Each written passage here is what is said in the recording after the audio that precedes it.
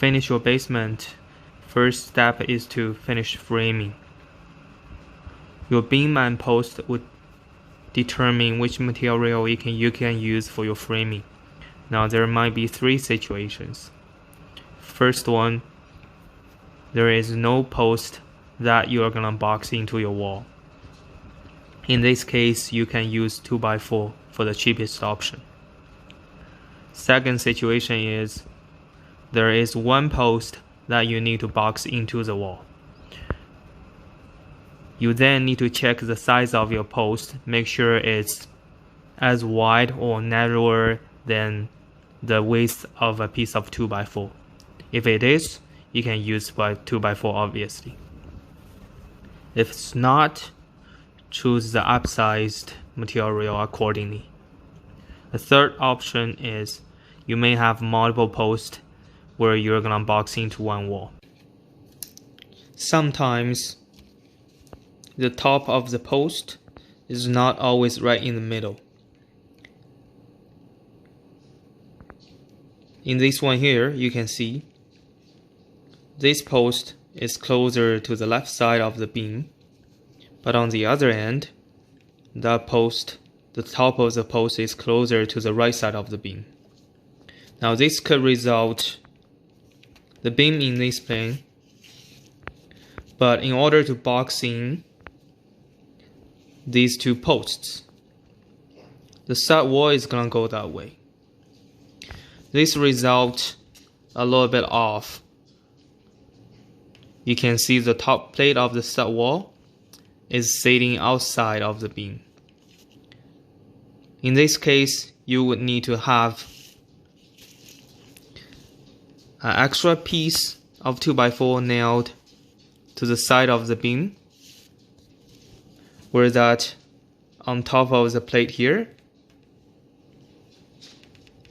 has something to nail on. You could also choose the wider material.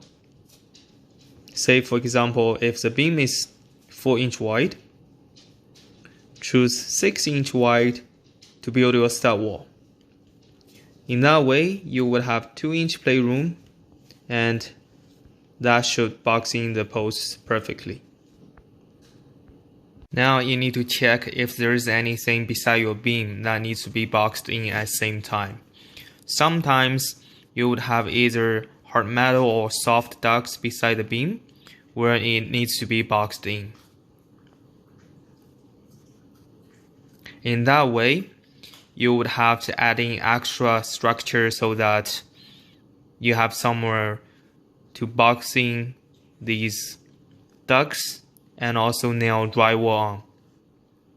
If your beam is as wide as your stud wall, add in a piece of 2x4 attached to the beam. Add one horizontal piece of 2x4 and another vertical piece of 2x4 attached to the ceiling so that you can nail in here to this extra piece and nail that end to the ceiling joists.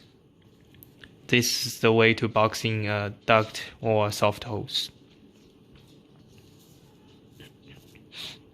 If your stud wall is wider than your beam, you would simply just cut a horizontal piece, nail down to the top plate of the stud wall, and make another vertical piece, attach this end to the ceiling joist, that end to the horizontal plate here.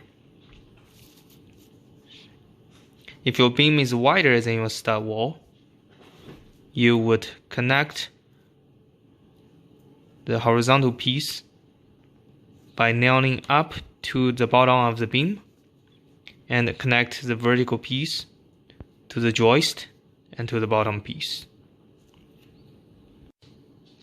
If you wish to box in as high as you could, choose this option. Move this piece of 2x4 up from as much as you could without touching the duct. Then nail this bottom plate so that it's below the duct, and you shall have more headroom. Please note that unless in this situation the stud wall is 2 sizes wider than the beam, which means 2 inches wider on each end, 2 inches on this end, 2 inches on that end, or else you still have to add in a piece of 2x4 just like this on the other end, because you want to have at least 2 inch meat to nail on for the structure. Same thing applies here.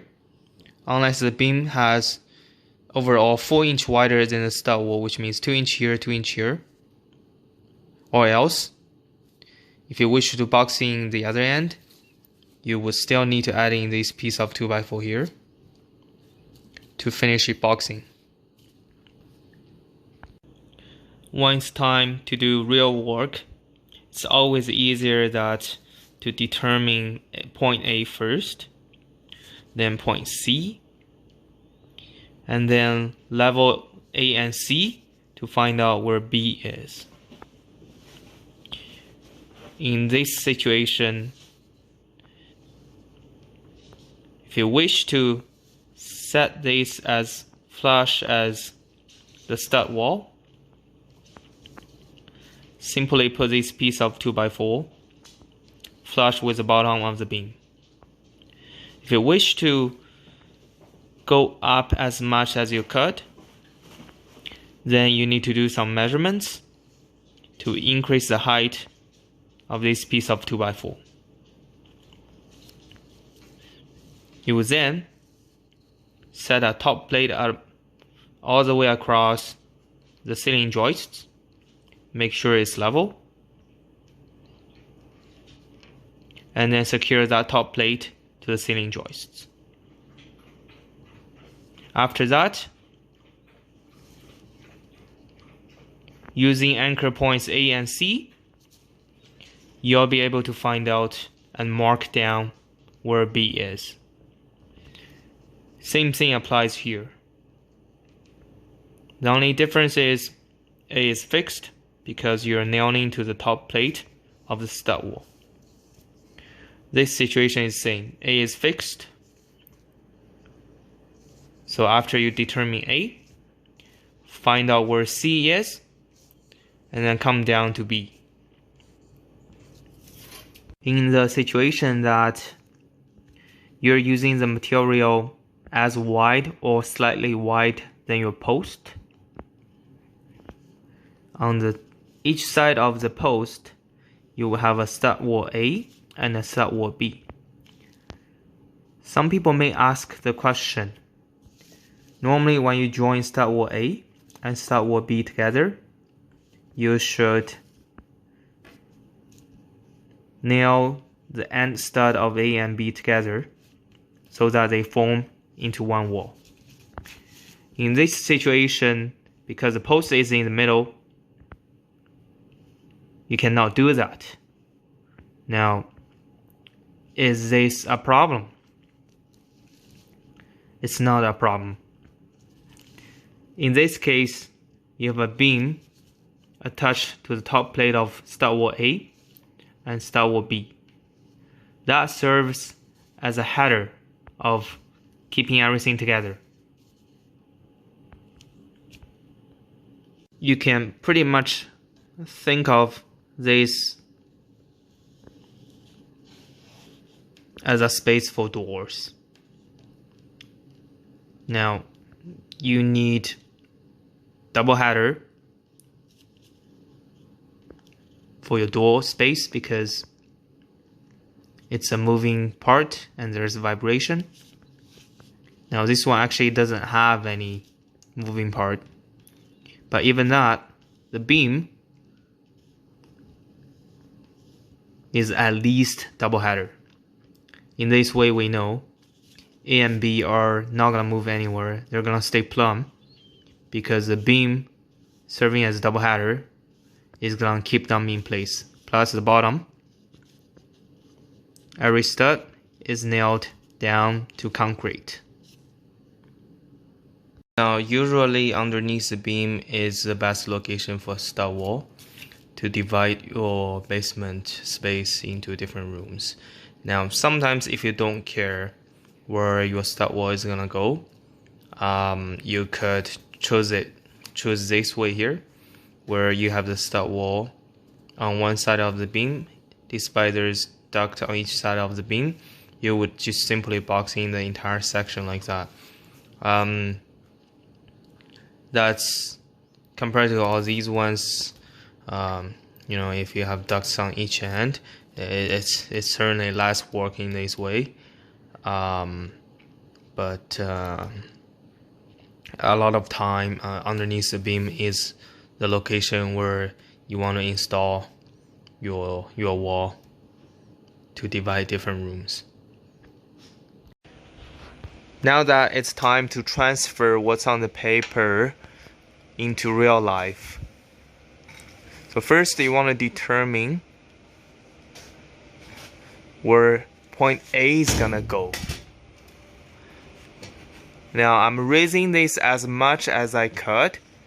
So when framing this wall here, instead of just using the bottom of this beam for point A, I'm going higher as much as I could, which is not a lot in my case. So I put this piece of 2x4 into my framing and basically set it just right below the duct, get it level. Then that tells me where point A is gonna go. I have this piece of 2x4 running all the way across down there, right above this piece. And then I marked, before I put the board on, I used this level. I marked a straight line and then install the board right above that straight line. Now that I know point A, from here all the way across, that board is level with the ground. Now with point A determined, we come here, we would mark down point C. Now when I did that, I basically set my level from this way and run all the way down. You can see it's pretty straight anyways, but so I set up my laser level, run all the way across, made sure it was 90 degrees to the wall, and I went up there on the ceiling joist, put down all my marks. After I put down all my marks, I cut this long piece of 2x4 as a header and installed it all the way across, just like point A. Now I have point A and I have point C into place. When you have that, you would come down here,